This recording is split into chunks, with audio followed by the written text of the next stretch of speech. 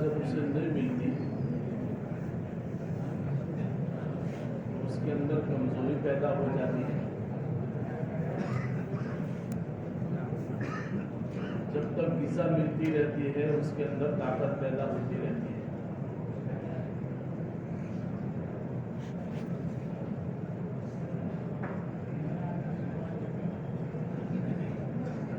انسان کو کھانے کے لیے اگر مل جاتا ہے تو اس کے جسم کے اندر طاقت پیدا ہوتی رہتی ہے.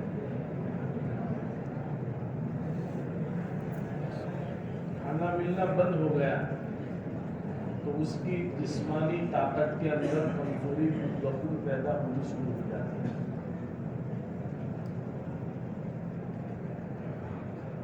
روح کی بھی ایک غذا ہے.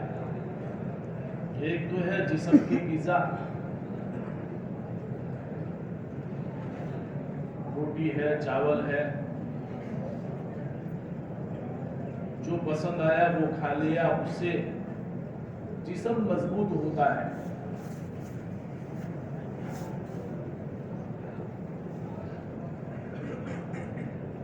لیکن اس جسم کے اندر کمزوری ہونے سے، کمزوری پیدا ہونے سے آدمی ناکام کبھی نہیں ہوگا. اور جسم کے اندر قوت پیدا ہونے سے آدمی کامیاب کبھی نہیں ہوگا.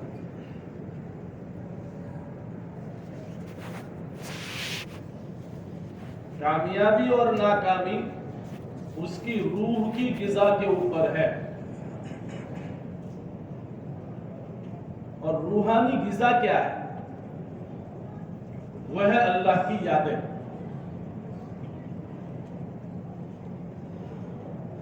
کہ اللہ کی یاد یہ روح کی غذا ہے.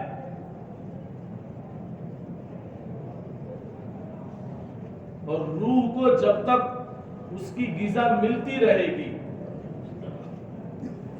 وہ ساری بلاؤں سے، روحانی ساری بیماریوں سے وہ پوری کی پوری محفوظ رہے گی.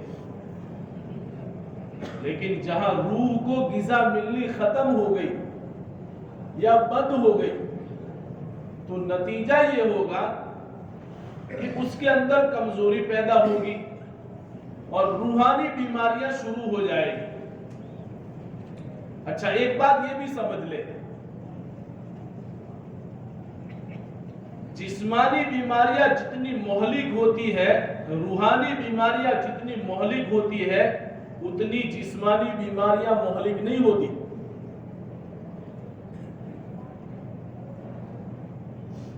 جسمانی بیماری سے زیادہ ہوگا کیا؟ کسی کو پھوڑا ہو گیا، بستر سے ٹھیک ہو گیا، وہ سب سے آخری درجہ موت آ گئی، معاملہ ختم، جسم ختم ہو گیا. لیکن روحانی بیماریاں اتنی خطرناک ہے، اتنی لا علاج ہے. ہاں، اگر اس کو اس کی غذا ملنا شروع ہو جاوے، اس کو اس کی دوائیں ملنی شروع ہو جاوے تو پھر وہ پہلے سے زیادہ تندرست ہو جاتی ہے. روحانیہ بیماریاں بڑی خطرناک ہیں اور اس کے اندر اچھے خاصے ملوث ہو جاتے ہیں. یہ روح کو غذا ملنا ختم ہو گیا تو اس کی بیماریاں شروع ہو گئی. اور یہ اتنی خطرناک بیماریاں ہوتی ہے کہ آدمی ایمان سے بھی ہاتھ دھو بیٹھتا ہے.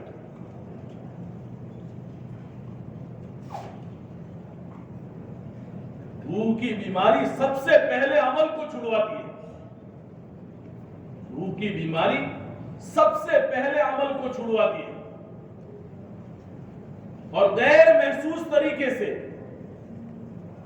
آدمی کو اس کا احساس اور پتہ بھی نہیں چلتا.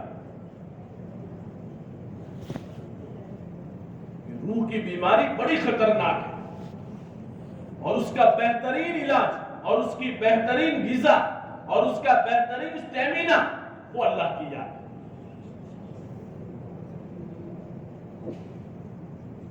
لفظ اللہ کے اوپر آدمی کی روح کام اٹھے, لفظ اللہ کے اوپر آدمی کی روح روشن ہو جائے, لفظ اللہ کے اوپر آدمی کا دل منور ہو جائے. حضرت ابراہیم علیہ السلام ایک مرتبہ جنگل میں تھے تو امتحان کے طور پر فرشتے بھیجے گئے. ایک فرشتے نے دور کھڑے ہو کر اللہ آواز لگائی. بکریاں چرا رہے تھے, چوکنا ہو گئے, میرے اللہ کا نام کس نے لیا, میرے اللہ کا نام کس نے لیا. اس لیے افضل الذکر کسے کہا گیا؟ لا الہ الا اللہ. افضل الذکر, سب سے بہترین ذکر لا الہ الا اللہ. تو ابراہیم علیہ السلام نے چاروں طرف دیکھا, جنگل بیابان کے اندر کوئی دکھائی نہیں دیتا, میرے اللہ کا نام کس نے لیا. پھر دوسری مرتبہ آواز آئی اللہ, صرف اللہ.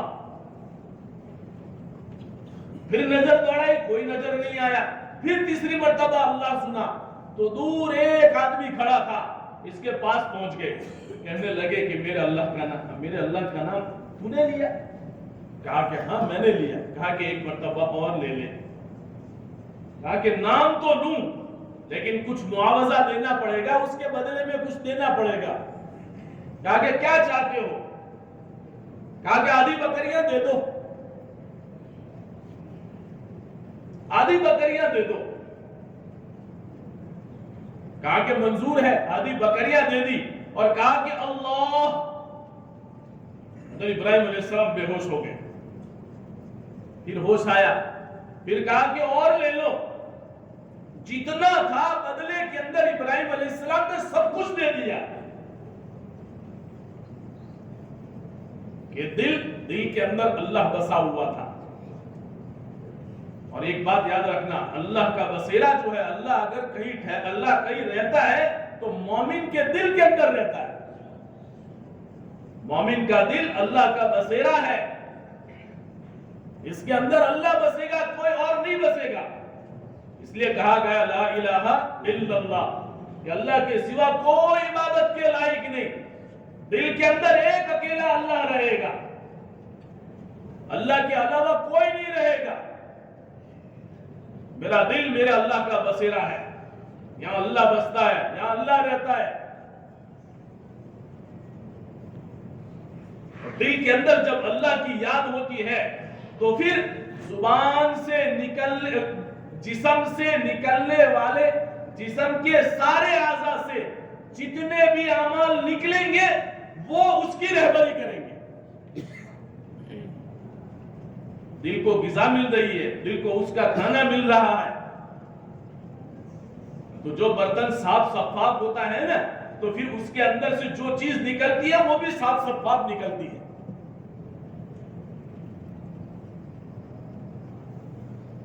پانی کی ٹنکی کے اندر اگر شربت بھرا ہوا ہے تو شربت نکلے گا نلکی سے, پانی بھرا ہوا ہے تو نلکی سے پانی نکلے گا, شراب بھرا ہوا ہے تو شراب نکلے گا نلکی سے. اس دل کے اندر جو بھرا ہوا ہے وہی اعمال سے ظاہر ہوگا.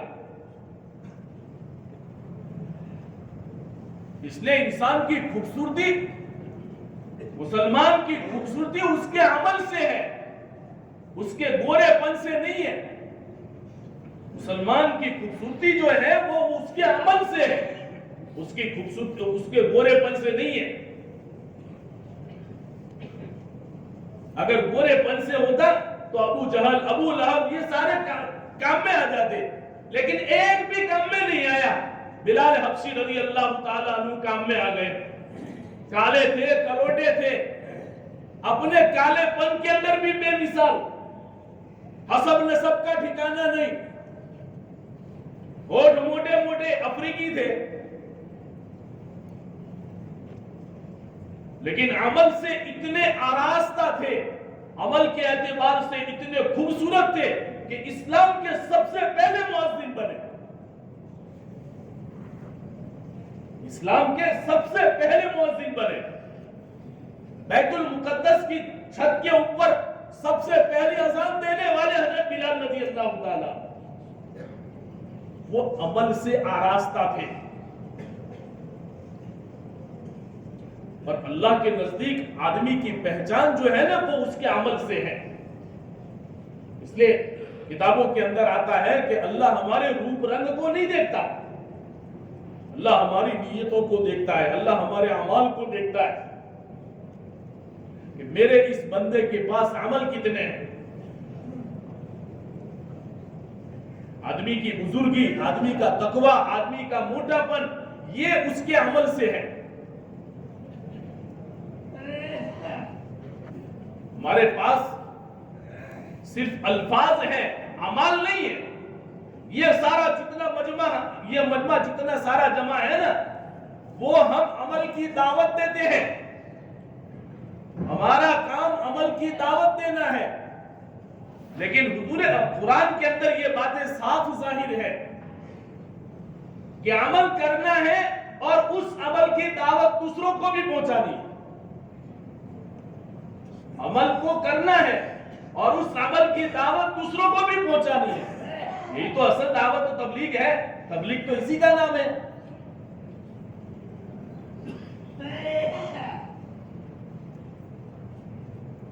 تو ہمارے پاس صرف الفاظ ہے، یہ سارا مجمع کام کرنے والا جتنا عملہ ہے وہ عمل سے آراستہ ہونا چاہیے۔ حضرت عمر رضی اللہ تعالیٰ عنہ کے پاس صحابہ کا مجمع بیٹھا ہوا تھا، حضرت عمر کا تقریباً زمانہ تھا یا حضرت ابو بکر صدیق رضی اللہ تعالیٰ عنہ کا زمانہ۔ تو ایک آدمی آئے، پوچھنے لگے کہ قرآن کیا ہے؟ تو حضرت عمر رضی اللہ تعالیٰ عنہ نے تقریباً یہ فرمایا کہ الفاظ، آپ کو الفاظ معلوم کرنے ہیں یا قرآن کی حقیقت کو؟ انہوں نے کہا کہ نہیں، ہم قرآن کی حقیقت کو معلوم کرنا چاہتے ہیں، قرآن کی حقیقت کو دیکھنا چاہتے ہیں۔ تو حضرت عمر رضی اللہ تعالیٰ عنہ نے فرمایا اگر الفاظ دیکھنے ہیں تو چھلکوں کے اوپر، ہڈیوں کے اوپر، لکڑیوں کے اوپر آپ کو الفاظ مل جائیں گے قرآن کے، لیکن اگر قرآن کو حقیقی معنی میں دیکھنا ہے تو میرے پورے عملے کو دیکھ لو۔ اتنا کانفیڈنس کے ساتھ کہتے ہیں میرے پورے عملے کو دیکھ لو، یہ قرآن ہے۔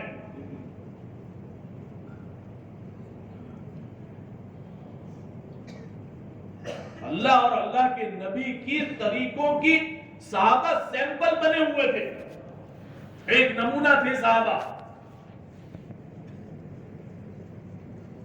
مجدد الف ثانی رحمت اللہ علیہ کی خدمت میں ایک کسی سلسلے کے بزرگ آئے، آ کر کہنے لگے حضرت کوئی کرامت دکھاؤ۔ تو حضرت مجدد الف ثانی رحمت اللہ علیہ نے فرمایا کہ تواضع آدمی تھے بڑی ہستی، تو کہنے لگے کہ حضرت میں کیا کرامت دکھا سکتا ہوں، میں تو اس کا اہل بھی نہیں ہوں۔ تو انہوں نے سوچا کہ چلو یہ نہیں دکھاتے تو میں دکھا دوں۔ کچھ سر جھکایا، سرہند کی زمین ہلنے لگی، سرہند کی زمین ہلنے لگی۔ تو مجدد الف ثانی رحمت اللہ علیہ نے سوچ لیا کہ انہوں نے اپنی کرامت ظاہر کی، تو انہوں نے ان بزرگ سے کچھ نہیں کہا، اپنے خادم کو بلایا اور کہا کہ طاقچے کے اندر میری مسواک رکھی ہوئی ہے، اس مسواک کو لے آؤ۔ خادم مسواک لے کر آیا، حضرت نے اس مسواک کو ادب سے ہاتھ میں اٹھایا اور ادب سے زمین کے اوپر رکھا، جہاں دونوں حضرات بیٹھے ہوئے تھے زمین کا زلزلہ ختم ہو گیا۔ جیسے ہی مسواک رکھا زمین کا زلزلہ ختم ہو گیا۔ یہ اچانک چونک اٹھے کہ یہ کیا ہوا، میری کرامت سے بھی کوئی اونچی کرامت ہے؟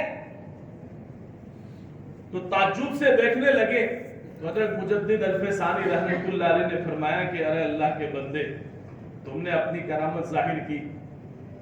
بندہ اگر اپنی کرامت کو ظاہر کرے تو سرہند کے قبرستان کے مردوں سے بات بھی کر سکتا ہے، لیکن ایک بات یاد رکھنا، آپ کی کرامت سے سرہند کی زمین ہل سکتی ہے، میری کرامت سے سرہند کے زمین کے مردوں سے بات کر سکتا ہوں، لیکن آپ کی اور میری ان دونوں کرامتوں سے اللہ کے نبی حضرت محمد صلی اللہ علیہ وسلم کی وضو کے اندر مسواک کی جو سنت ہے ان دونوں کرامتوں سے افضل ہے۔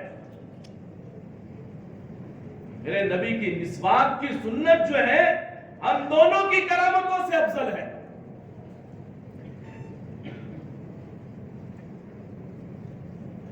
آدمی عمل سے جانچا جاتا ہے، اور اللہ کے نزدیک جو مقام ہے نا وہ اعمال کی بنیاد کے اوپر ہے۔ حضرت بلال حبشی رضی اللہ تعالیٰ عنہ اتنے اونچے اعلیٰ درجے تک کیسے پہنچے کہ وہ اعمال سے خوبصورت تھے، گورے پن سے خوبصورت نہیں تھے۔ کتابوں کے اندر ان کا حلیہ پڑھیں گے تو ہم تعجب کے اندر پڑ جائیں گے۔ بال گنگریالو، ہونٹ موٹے موٹے، کلر بھی کالا تھا، اونی لباس پہنتے تھے، عرب کی سخت دھوپ گرمی تھی، اس کے پسینے کی وجہ سے بدن کے اندر سے بدبو آتی تھی، لیکن حضور کو اتنے چاہیتے تھے کہ آپ علیہ الصلوۃ والسلام کے ساتھ ساتھ رہتے تھے۔ عمل ہے، ہم اپنے آپ کو اعمال سے آراستہ کریں کہ یہ کام کرنے والا عملہ ہم لوگوں کے سامنے نمونہ بنیں گے۔ میری بستی والوں کے لیے، میرے گھر والوں کے لیے میں نمونہ بن جاؤں، میرے مسجد کے مصلیوں کے لیے میں نمونہ بن جاؤں، میں اپنی بستی والوں کے لیے نمونہ بن جاؤں، میں اپنے محلے والوں کے لیے، گاؤں والوں کے لیے نمونہ بن جاؤں۔ میرے نبی تو ساری دنیا کے لیے نمونہ اور سیمپل تھے۔ صلی اللہ علیہ وسلم ساری دنیا کے لیے نمونہ اور سیمپل بنے ہوئے تھے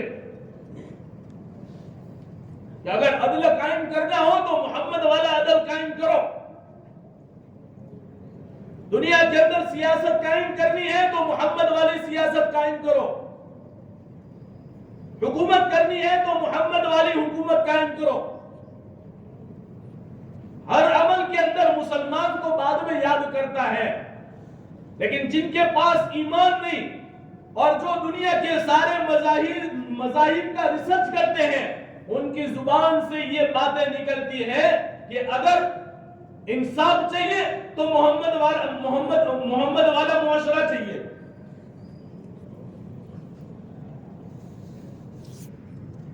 محمد والی تہذیب چاہیے۔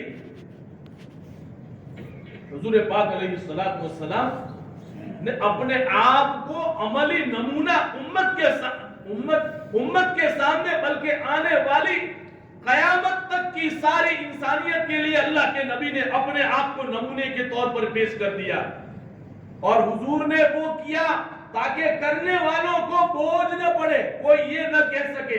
حضور نے صرف کہا نہیں بلکہ کر کے بتایا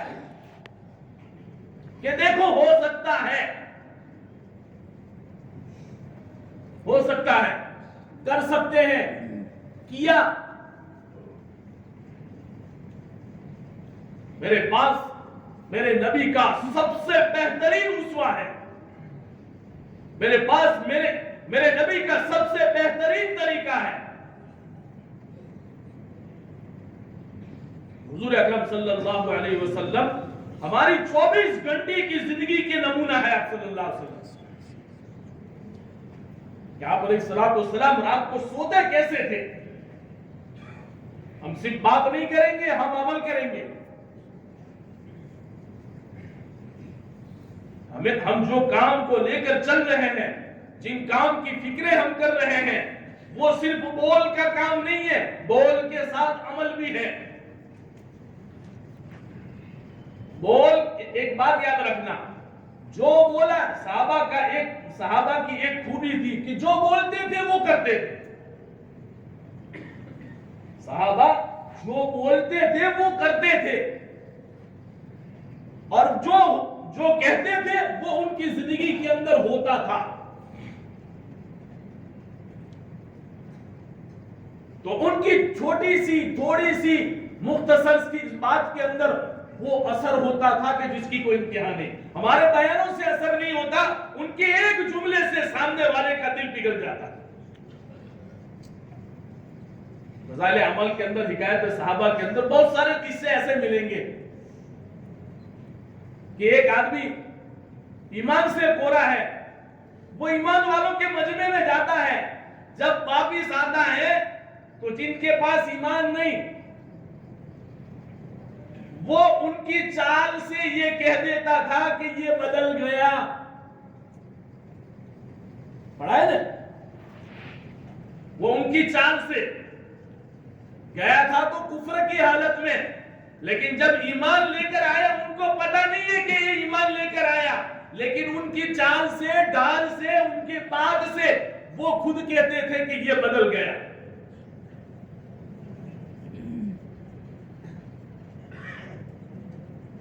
صحابہ ان کو تھوڑا گھنٹہ, ڈیڑھ گھنٹہ, 2 4 گھنٹے لے کر بیٹھتے تھے. صحابہ نے اسلام کو عمل کر کے پیش کیا. اس لیے ہمارے بڑے خود کہتے ہیں کہ ہماری نمازیں تو مسجد میں ہوتی ہے, ہماری نمازیں مسجد میں ہوتی ہے. اسلام کہاں غیروں کے سامنے پیش ہوا؟ نماز کا عمل غیروں کے سامنے تو ظاہر نہیں ہوا.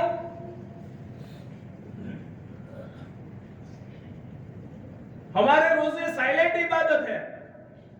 روزے کی عبادت کیسی ہے؟ بالکل سائلنٹ عبادت. کس کو پتا چلے یہ کہ روزہ رکھا ہے کہ نہیں رکھا ہے. ظاہر میں تو بھوکا رہنے کا نام روزہ ہے. زکات ہماری کہاں ہوتی ہے؟ مسلمان غریب کے اندر, کسی اور کو نہیں دے سکتے, غریب مسلمان کو دے سکتے ہیں. حج ہمارا بیت اللہ کے اندر جہاں کسی اور کو انٹری نہیں.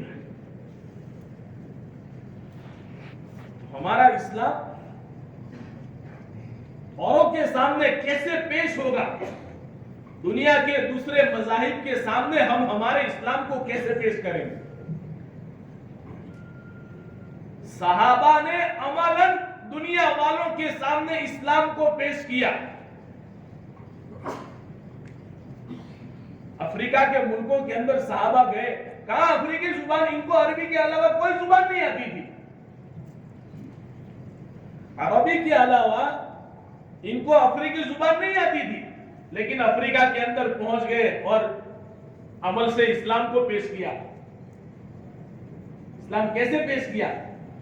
عمل کے ذریعے.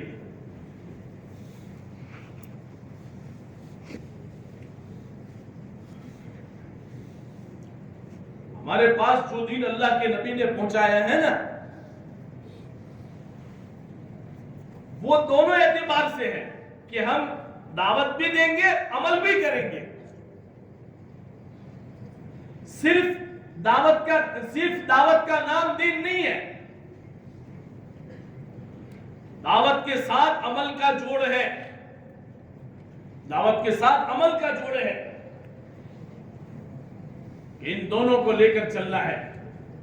میں صرف اخلاق کی بات بولوں, میرے اندر اخلاق نہ ہو. کہا کہ اخلاق کی 3 گھنٹے کی بات بغیر عمل کے کوئی فائدہ نہیں دے گی.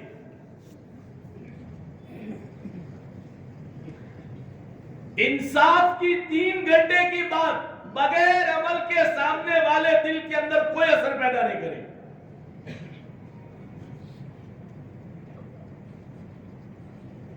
اسلام کی خوبی ہے یہ. ثواب مل جائے گا، ثواب کی جگہ پر ہے، لیکن یہ تو ہمارا مقصد ہے کہ مجھے امت کے سامنے عملی طور پر امت کے سامنے پیش ہونا ہے. سارے صحابہ کی ہسٹری اٹھا کے دیکھ لے، سارے تابعی کی ہسٹری اٹھا کے دیکھ لے. جتنے بھی تابعی آئے، نیک آئے، غوث آئے، کتب آئے، ابدال آئے، جتنے بھی نیک لوگ آئے، انہوں نے اپنی زندگیوں کو عملی طور پر امت کے سامنے پیش کیا تو لوگ ان کے درویدہ ہو گئے. اپنے تو اپنے، پرائے بھی ان کے درویدہ ہو گئے.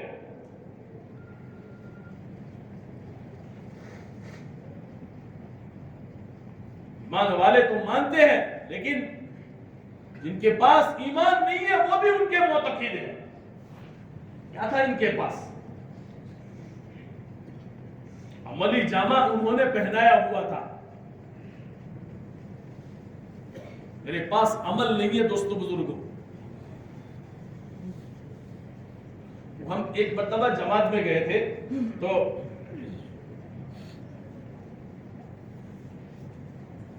میوات کی جماعت ملی. یہ کو بات بڑی سمجھنے کی ہے. تو میں تو گھبرا گیا. میں اور ہمارے دوسرے ساتھی تھے مولوی عبدالستار کمبات کے. یار یہ ہماری اصلاح کر دیں گے. ہم تو ڈر رہے تھے یار ہماری اصلاح ہماری ہو جائے گی. اس میں ہوتے بیچارے بولے بالے ہوتے ہیں. تو ہم مولوی موسیٰ سامرودی ہمارے سورت ضلع کے بہت بڑے حضرت نظام الدین مرکز کے اوپر تھے. ہم ان کو ملنے گئے. مرکز کا قافلہ کسی سفر میں تھا. تو ہم نے کہا کہ حضرت ہم جماعت میں جا رہے ہیں. ہمارا معمول تھا کہ نکلتے وقت سارے بزرگوں سے ملاقات اور دعا کی درخواست کر کے نکلتے تھے. کہا کہ حضرت ہم جماعت میں جا رہے ہیں. ماشاءاللہ کہاں کا روٹ ہے بیٹا؟ ہم نے کہا کہ ہریانہ پنجاب کا ہے. ماشاءاللہ بڑا اچھا روٹ ہے. جماعت کہاں کی ہے؟ ہم نے کہا کہ حضرت میوات کی جماعت ہے. تو ہم یہ سمجھے کہ چلو طرفداری کر کے یہ کہیں گے کہ آپ میوات کی جماعت کیوں لے کر جاتے ہو. لیکن انہوں نے کہا کہ اوہو بڑی خوشی کی بات ہے، آپ کو تو میوات کی جماعت مل گئی. ملنے پر بھی نہیں ملتی، مانگنے پر بھی نہیں ملتی. آپ کو تو میوات کی جماعت مل گئی. تو ہمارے چہرے مرجھا گئے، ہمارے اور مولوی عبدالستار کے. خاموش ہو کے بیٹھے رہے. پھر انہوں نے کچھ دیر خاموش رہنے کے بعد کہا کہ کتنے ساتھی ہو؟ ہم نے کہا کہ وہ 15 اور تو ہم 17 ساتھی ہیں. کہا کہ ایک کام کرو، تم میں ذمہ دار کون ہے؟ ہمارے مولوی عبدالستار نے کہا کہ یہ مول صاحب ہے. میں نے کہا تو مجھے کہا مول صاحب ایک بات یاد رکھنا، چلا نہیں، اس جماعت کو آپ کو اگر 1 سال چلانی ہو تو بھی چلا سکتے ہو.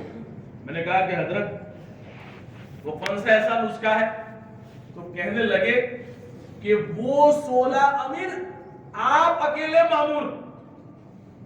جماعت اگر چلانی ہو تو وہ 16 امیر اور آپ اکیلے مامور، جماعت چل جائے گی. میں نے کہا کہ حضرت کوئی اور نصیحت کرو. تو حضرت نے کہا کہ دیکھو بیٹا ایک بات یاد رکھنا، ان کے اندر اللہ پاک نے خوبیاں کوٹ کر بھر کے رکھی ہے. ان لوگوں کے اندر، اس قوم کے اندر اللہ پاک نے خوبیاں کوٹ کر بھر رکھی ہے. انہوں نے کہا کہ دیکھو تم مولوی ہو، تقوی کے اوپر 2-3 گھنٹے بات کر سکتے ہو، لیکن تقوی کی جو اصلیت ہے نا وہ ہمارے اندر موجود نہیں ہو. ہمارے پاس تقوی کے الفاظ ہیں، عمل نہیں. ان کے پاس تقوی ہے، تقوی کا علم نہیں ہے. الفاظ نہیں ہے ان کے پاس، ان کے پاس تقوی حقیقی معنی میں ہے.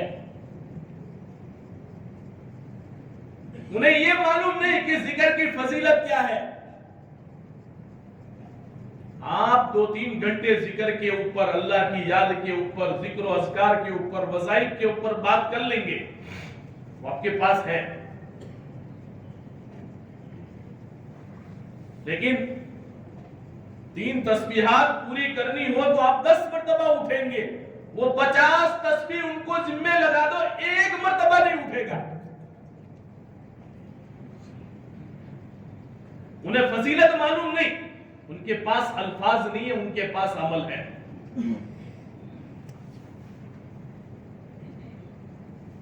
دعوت، آپ دعوت کے اوپر بول سکتے ہو، آپ تھک جائیں گے، وہ دعوت دیتے دیتے نہیں تھکیں گے، ان کے پاس الفاظ نہیں، عمل ہے.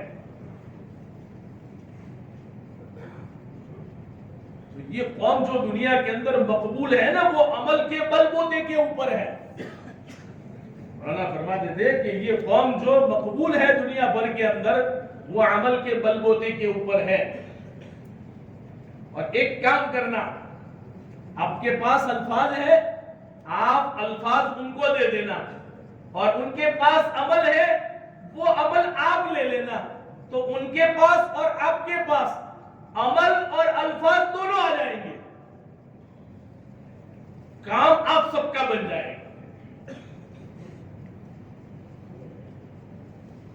میرے عزیز و دوستو بزرگوں، ہمارے پاس صرف الفاظ ہیں. الفاظ سے کیا چلتا ہے؟ الفاظ سے کچھ نہیں ہوتا. جاؤ دنیا کے اندر بہت سارے ایسے پڑے ہیں کہ 5 منٹ بات کرے اور سامنے والے پتھر دل انسان کو موم جیسا بنا دے. بات کتنی کریں؟ ایسے بھی لفاظ لوگ دنیا کے اندر ہیں، ایسی سوریلی بات کرنے والے ہیں کہ بات کرے 5 منٹ، سامنے والے کو موم بنا دے. لیکن اگر وہ عمل سے پورا ہے تو اس کی لفاظی، اس کی بات کی سیرینی اس سے کوئی فائدہ نہیں دے. میرے عزیز و دوستو بزرگوں، میرے پاس الفاظ نہیں ہے لیکن عمل ہے، یہ کام میں ضرور آئے. حضور صلی اللہ علیہ وسلم کی زندگی کی پوری ہسٹری اٹھا کے دیکھ لے، کون سے لمبے بیانات اللہ کے نبی نے کیے. حضرت جی مولانا الیاس صاحب رحمت اللہ علیہ زبان کے اندر نکلت تھی، ایک ایک الفاظ کو کئی مرتبہ بولتے تھے. ان کے بیانات لمبے نہیں ہوتے تھے، لیکن عمل کی وجہ سے بات کے اندر وہ تاثیر ہوتی تھی کہ سامنے والا موم ہو جاتا تھا صرف عمل سے. میرے عزیز و دوستو بزرگوں، حضور اکرم صلی اللہ علیہ وسلم نے ہمیں شام سے لے کر صبح تک اور صبح سے لے کر شام تک زندگی کا 24 گھنٹے کی زندگی کا ایک ڈھانچہ دیا ہے کہ کون سے وقت میں کیا کرنا ہے، کون سے وقت کے اندر کیا کرنا ہے.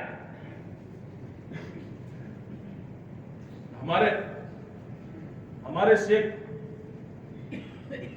انتقال فرما گیا، اللہ ان کی قبر کو نور سے منور فرمائے.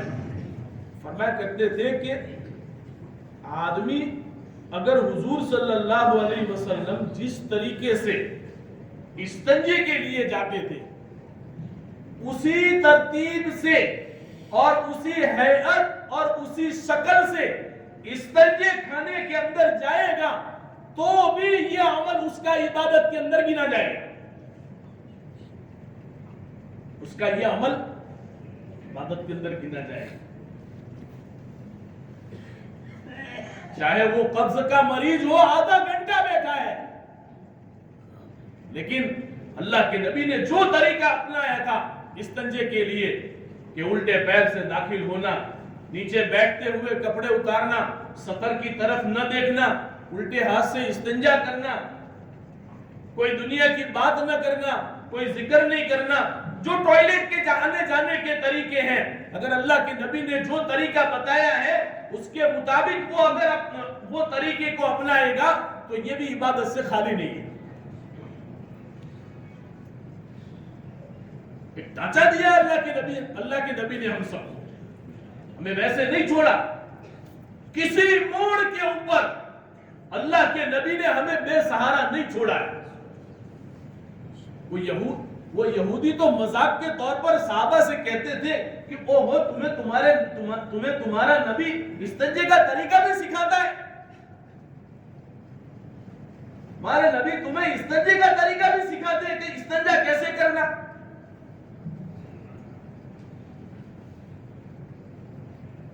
سوچو تو صحیح، اللہ کے نبی کا جو طریقہ ہے، اللہ کے نبی داخل ہوتے تھے، اللہ کے نبی نکلتے تھے.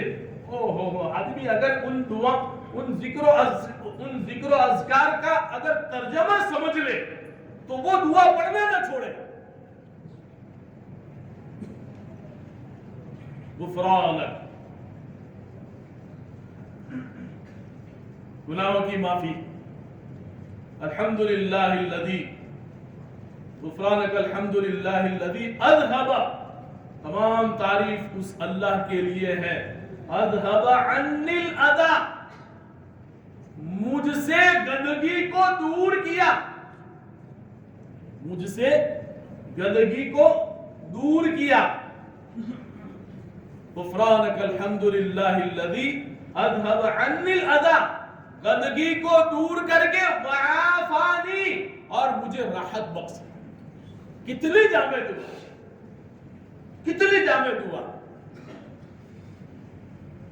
24 گھنٹے کے اندر اگر کوئی آدمی ٹوائلٹ نہ جا سکے تو بے چین ہو جاتا ہے، سر درد کرتا ہے، بدن کے اندر پسینہ ہوتا ہے، سینے کے اندر درد ہوتا ہے، سینے کے اندر جلن ہوتی ہے. ایک 24 گھنٹے کا ایک عمل چھوٹ گیا. حالانکہ وہ عمل اگر کوئی بولنا تذکرہ کرے تو بھی اس کو پاگل کہیں گے، کیا یار ایسی بیکار کی فضول کی باتیں کرتا ہے.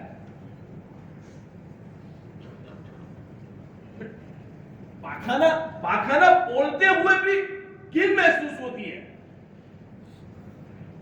اتنا کراہیت والا لفظ ہے. لیکن یہ اگر اندر رہتا ہے، نکلتا نہیں، تو آدمی بے چین ہو جاتا ہے، بے قرار ہو جاتا ہے. اللہ کے نبی نے کتنے بہترین دعا مانگی. تمام تعریف اس اللہ کے لیے ہے جس نے مجھ سے گندگی کو دور کر کے مجھے راحت بخشی، مجھے عافیت بخشی، مجھے سکون بخشا.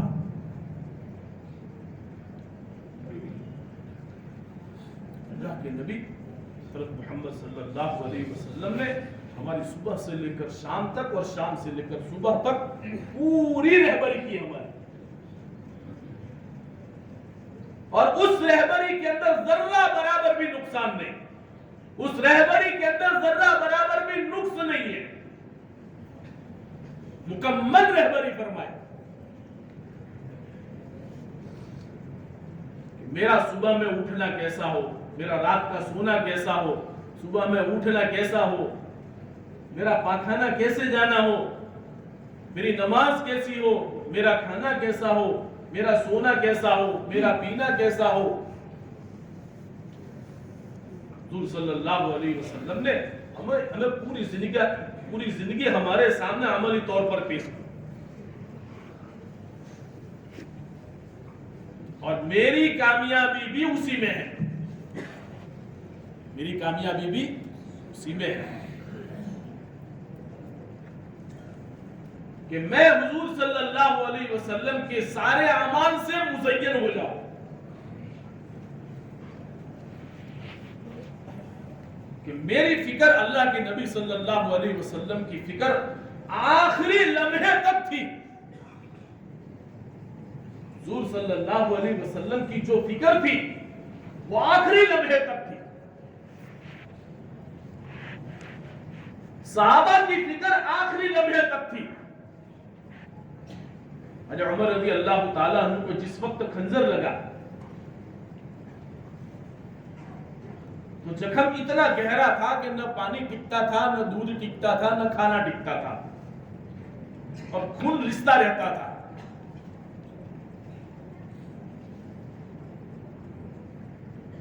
بار بار بے ہوش ہو جاتے پھر ہوش میں آتے، بے ہوش ہو جاتے پھر ہوش میں آتے. لوگ خبر دیکھنے کے لیے آتے تھے، جاتے تھے، جاتے تھے، آتے تھے، جاتے تھے. ایک نوجوان آیا جو عمر رضی اللہ تعالیٰ عنہ کی عادت کے لیے. عمر رضی اللہ تعالیٰ عنہ کی آنکھ کھلی. اس نوجوان نے خیر خبر پوچھی، دعائیں بھی دی، چلنے لگا. لنگی پہن کر آیا تھا، وہ لنگی ٹخنوں سے نیچے تھی. لنگی کہاں تھی اس نوجوان کی؟ ٹخنوں کے نیچے. دیکھو ایک بات یاد رکھو، ہمارا یہ کام وقتی نہیں ہے. ہمارا یہ کام وقتی نہیں ہے کہ بھئی 40 دن چلے گئے، لگا کے آئے، کام ختم. 3 دن گئے، 72 گھنٹے لگائے، کام ختم. 4 مہینے گئے، 120 دن لگائے، کام ختم. کہا کہ نہیں، یہ کام موت تک کا ہے. یہ کام کہاں تک کا ہے؟ موت تک کا. اور اللہ سے مانگنا بھی ہے کہ اللہ موت کی آخری گھڑی تک مجھے اس کام کے اندر لگائے. اللہ سے یہ بھی دعا کریں. وہ نوجوان جانے لگا. حضرت عمر رضی اللہ تعالیٰ عنہ ہوش میں تھے. آخری گھڑیاں ہیں، اس وقت آدمی کو کوئی یاد نہیں آتا. آخری گھڑی ہو آدمی کی دنیا سے جانے کی، اور یقین ہو گیا تھا کہ اب بچ نہیں سکتا.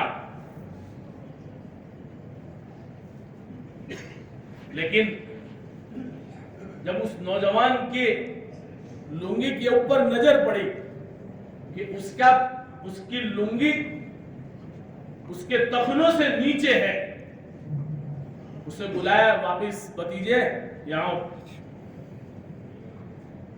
آپ نے نہیں کہتا بیٹا، عرب کے اندر ایک بھتیجے یہاں آؤ، قریب بلا کر کہنے لگے کہ بیٹا اللہ کے نبی حضرت محمد صلی اللہ علیہ وسلم کو یہ عمل پسند نہیں تھا. اسے اوپر اٹھا، اسے ٹخنوں سے. آخری گھڑیاں ہے، دنیا سے رخصت ہونے کا وقت ہے. میرے نبی کی یہ بات، میرے نبی کا یہ عمل اس تک پہنچ جاوے.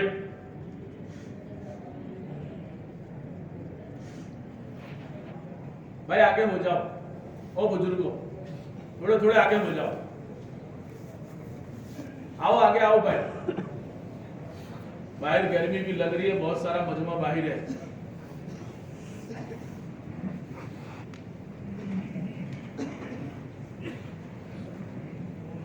تو کام ہمارا موت تک کا ہے.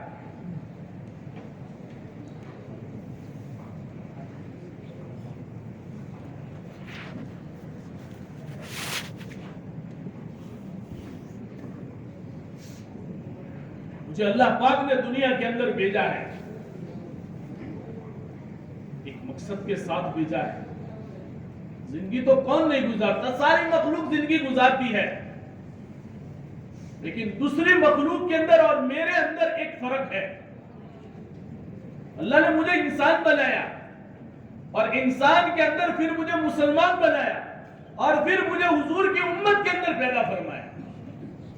کتنے سارے اعزاز سے اللہ پاک نے مجھے نوازا ہے.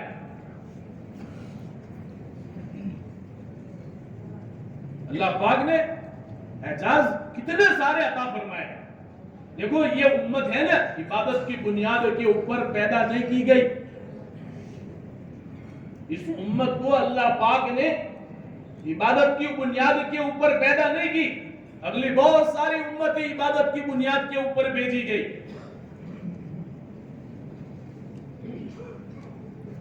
اس امت کو اللہ پاک نے ایک بہت بڑا کام عطا فرمایا ہے.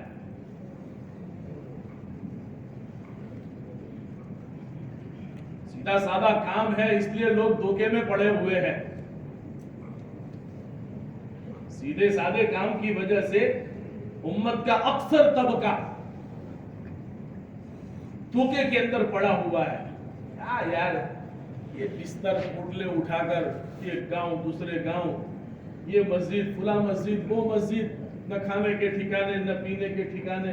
کوئی ٹھکانہ نہیں اور ایسے دھوکے کے اندر ہے.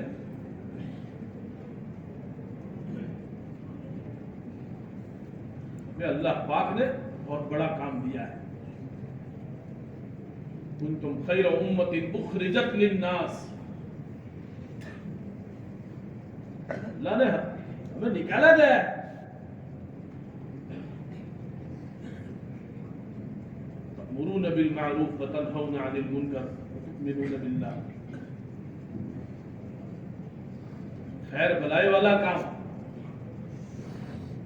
برائیوں سے روکنے والا کام، کتنا خوبصورت کام، کتنا خوبصورت کام.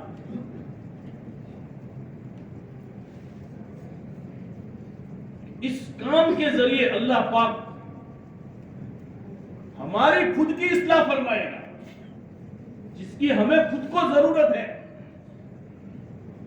اور ہم اس کام کو کریں گے، نیت یہ ہماری ہوگی کہ ہماری خود کی اصلاح ہو، میری خود کی اصلاح، میں اعمال کے اوپر آ جاؤں، میری زندگی کے اندر اللہ کے نبی کے طریقے آ جائے، کہ میرا چلنا، میرا اٹھنا، میرا بیٹھنا، میرا کھانا، میرا پینا، میرا بات کرنا، سب کچھ میرے اندر ہونا چاہیے. میں صرف بولوں گا نہیں، میرے بول کے ساتھ میرے عمل بھی ظاہر ہوں گے، میرے بول کے ساتھ میرے عمل بھی ظاہر ہوں گے.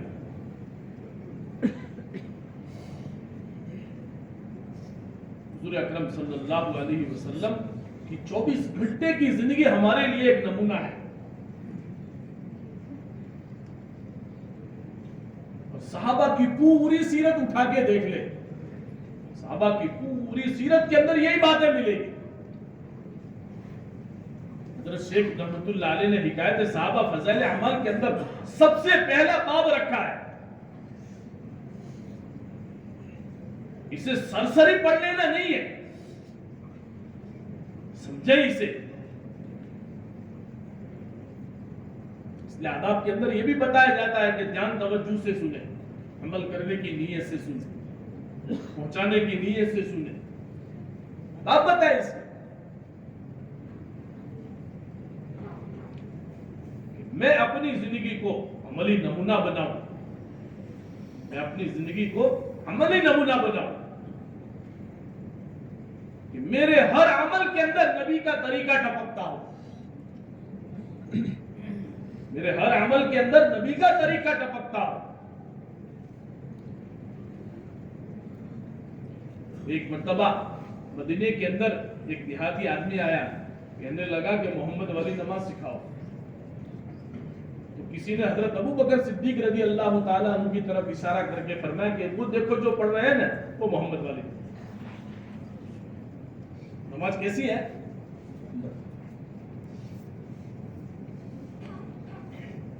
ہماری نماز بھی سمپل، ہمارا چلنا، حضور صلی اللہ علیہ وسلم چلتے تھے، لوگ ان کی چال کو دیکھنے کے لیے آتے تھے. اللہ کے نبی جب چلتے تھے تو چال کو دیکھنے کے لیے لوگ آتے تھے.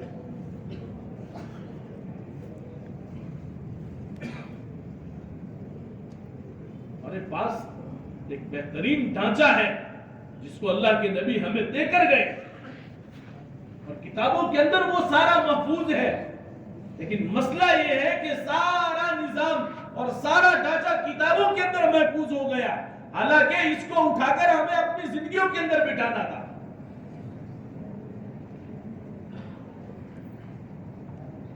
اس کو ہم اگر اپنی زندگیوں کے اندر اپنا لے، بٹھا لے، تو میرے عزیز و دوست بزرگوں، دنیا کے اندر اللہ پاک ایک فضا قائم کرے گا، جو فضا اور جو ماحول صحابہ کرام کے زمانے کے اندر.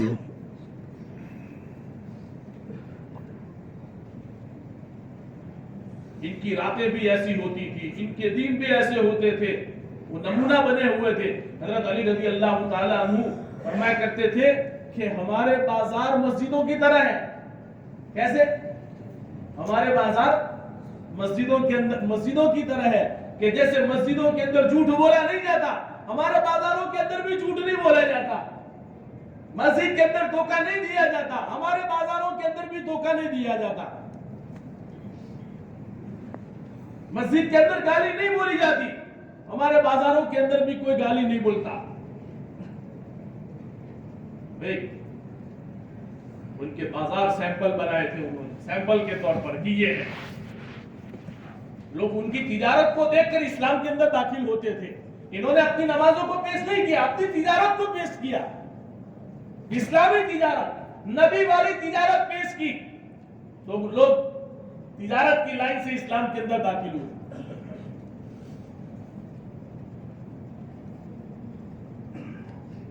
ہر عمل کے اندر صحابہ امت کے سامنے نمونہ بن کر آتے تھے، ہر عمل کے اندر۔ میرے عزیز دوست بزرگوں، ہمارے پاس الفاظ ہیں، لیکن اللہ کرے الفاظ کے ساتھ عمل ہو جاوے تو سونے پہ سہاگا۔ الفاظ کے ساتھ اگر عمل کا جوڑ بیٹھ جاوے تو سونے پہ سہاگا۔ وہ باتیں ہمارے اندر پیدا کرنی، اور دعوت کے اس مبارک محنت کے اندر ان باتوں کا ہونا بہت ضروری، کہ نفلوں کی پابندی ہو، سنتوں کی پابندی ہو، ذکر و اذکار کی پابندی ہو، اوراد و وظائف کی پابندی ہو، قرآن پاک کی تلاوت کی پابندی ہو۔ نوافل سمجھ کے ہم چھوڑ دیتے ہیں، نفل اچھے، نفل کا مسئلہ بھی معلوم، نفل کا مسئلہ ہمیں پورا معلوم کہ پڑھ لیں گے تو ثواب، نہ پڑھیں گے تو گناہ بھی نہیں۔ یہاں نیکی اور برائی کا مسئلہ نہیں ہے، یہاں نیکی اور برائی کا مسئلہ نہیں ہے، طریقہ کس کا ہے؟ محمد عربی صلی اللہ علیہ وسلم کا طریقہ ہے۔ حضور نے صبح میں اٹھ کر، نیند سے اٹھ کر کبھی دعا کو نہیں چھوڑا، سونے سے پہلے اللہ کے نبی نے کبھی دعا کو نہیں چھوڑا، سفر کی دعا نہیں چھوڑی، مسجد کی دعائیں نہیں چھوڑی، بیت الخلا کی دعائیں نہیں چھوڑی، سفر کی دعائیں نہیں چھوڑی، کھانے پینے کی دعائیں نہیں چھوڑی، حالانکہ سب نفل ہے، لیکن حضور صلی اللہ علیہ وسلم نے اس کے اوپر پوری پابندی کی۔ نماز کے اندر کتنی ساری سنتیں ہیں، وضو کے اندر آدمی ہاتھ دھوتا ہے اس کی بھی دعا ہے، کلی کرتا ہے اس کی دعا ہے، ناک میں پانی چڑھاتا ہے اس کی دعا ہے، منہ دھوتا ہے اس کی دعا ہے، ہاتھ دھوتا ہے سیدھا ہاتھ دھوتا ہے اس کی دعا، الٹا ہاتھ دھوئے اس کی دعا، سر کے اوپر مسا کرے اس کی دعا، گردن کے مسے کی دعا، سیدھا پیر دھونے کی دعا، الٹا پیر دھونے کی دعا، ساری دعائیں اللہ کے نبی کی طرف سے مذکور ہے۔ اور جس وقت کے اندر اللہ کے نبی کا جو عمل ہوتا تھا، جس وقت کے اندر اللہ کے نبی جو عمل کرتے تھے، اس وقت کے اندر اس عمل کو کرنا یہ سب سے اونچے عمل کی نشانی ہے۔ حضور صلی اللہ علیہ وسلم نے جس موقع پر جو عمل کیا وہ عمل اس وقت سب سے افضل ہے۔ پھر قرآن کے بجائے دعا کیوں نہ ہو، لیکن اس وقت اللہ کے نبی نے اگر دعا پڑھی ہے تو دعا افضل ہے۔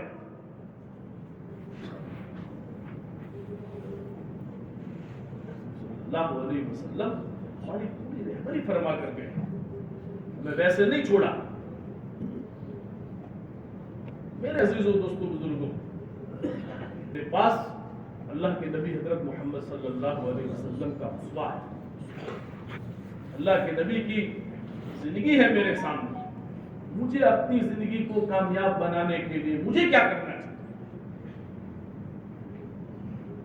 کہ میں اللہ کے نبی حضرت محمد صلی اللہ علیہ وسلم کی ساری سنتوں کو، سارے طریقوں کو جان کر اپنی زندگی کے اندر اپناؤں۔ پھر اس کے بعد دیکھو دوستو بزرگوں، یہ روح کے اندر اللہ پاک وہ طاقت پیدا کرے گا کہ جسم کی بیماری سے جسم کی بیماری کا تو کوئی مسئلہ ہی پیدا نہیں ہوگا، پھر اللہ پاک اسے روحانی بیماریوں سے اس کی حفاظت کرے گا۔ اللہ پھر روحانی بیماریوں سے اس کی حفاظت کرے گا۔ ذکر کے معنی کیا؟ اللہ کی حاضری۔ ذکر کے معنی کیا؟ اللہ کی حاضری۔ الفاظ لا الہ الا اللہ، سبحان اللہ، الحمدللہ، اللہ اکبر، لا الہ الا اللہ، لا حول ولا قوت الا باللہ، استغفر اللہ، اللہم صلی علی محمد، یہ سارے ذکر کے الفاظ ہیں، لیکن حقیقت اللہ کی۔ میں جہاں کہیں بھی ہوں میرا اللہ مجھے دیکھ رہا ہے۔ میں جہاں کہیں بھی ہوں میرا اللہ مجھے دیکھ رہا ہے۔ بیوی کے پاس بیٹھا ہوں میرے اللہ کی میں اللہ کی نظر میں ہوں۔ بچوں کے پاس ہوں میں اللہ کی نظر میں ہوں۔ میں دکان پہ بیٹھا ہوں میں اللہ کی نظر میں ہوں۔ میں بازار کے اندر ہوں میں اللہ کی نظر میں ہوں۔ میں سفر میں ہوں میں حضر میں ہوں، کسی جگہ پر ہوں میں اللہ کی نظر میں ہوں۔ اللہ کی نظر سے ہٹ کر نہیں ہوں۔ مجھے میرا اللہ دیکھ رہا ہے، مجھے کیا کرنا؟ مجھے میرا اللہ دیکھ رہا ہے، مجھے کیا کرنا؟ میں اللہ کی نظر میں ہوں۔ اس لیے میرے عزیز و دوستو بزرگوں، ہر ساتھی نیت کرو کہ انشاءاللہ اللہ کے نبی کے جو طریقے ہیں، اللہ کے نبی کی دعوت کا جو طریقہ تھا اس کے مطابق ہم بھی اس کام کے اندر اخیر تک لگے رہیں گے۔ حضور صلی اللہ علیہ وسلم صحابہ کرام بولتے بھی تھے اور کرتے بھی تھے، تو ہم جو بولیں گے وہ کریں گے بھائی۔ اللہ عمل کی توفیق عطا فرمائے۔ مغرب کی نماز کے بعد انشاءاللہ تفصیل سے بات ہوگی۔ سارے احباب سے گزارش ہے نماز سے پہلے اپنی ضروریات سے فارغ ہو جاوے اور جلدی سے دعا کے اندر شامل بھی ہو جاوے۔ اللہ عمل کی توفیق۔